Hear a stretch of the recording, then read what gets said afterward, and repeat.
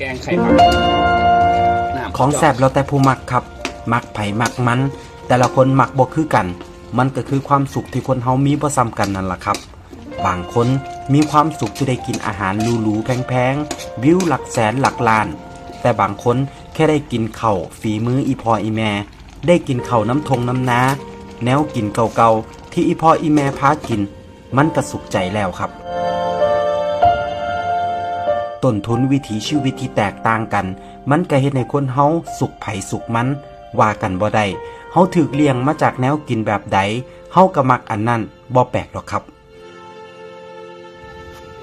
บ่แปลกที่แนวกินบ้านเฮาสิซ่อนความทรงจำความผูกพันไว้ในนั้นกินไปคิดฮอดบ้านไปคิดพอสมัยแต่กี้แต่ก่อนคิดฮอดตอนออกไปหามาอยากมากินเฮาเคยผูกพันกับแนวกินอันใดไปอยู่ไกลบ่ได้กินคือเก่าเฮาก็อยากหวนคืนกลับมากินมันอีกแนวกินหลายอย่างมันกลายเป็นภาพแทนของไทยบ้านเฮาเลยก็ว่าได้ครับแค่เห็นข้าวเหนียวส้มตำลาบก้อยข้างทางหรือแนวกินอีสานบ้านเฮาอยู่ต่างถิ่นเฮาก็คิดฮอดบ้านแล้วแต่เชื่อบ่ครับมันบ่แซ่บสำกับมากินน้ำครอบครัวเฮา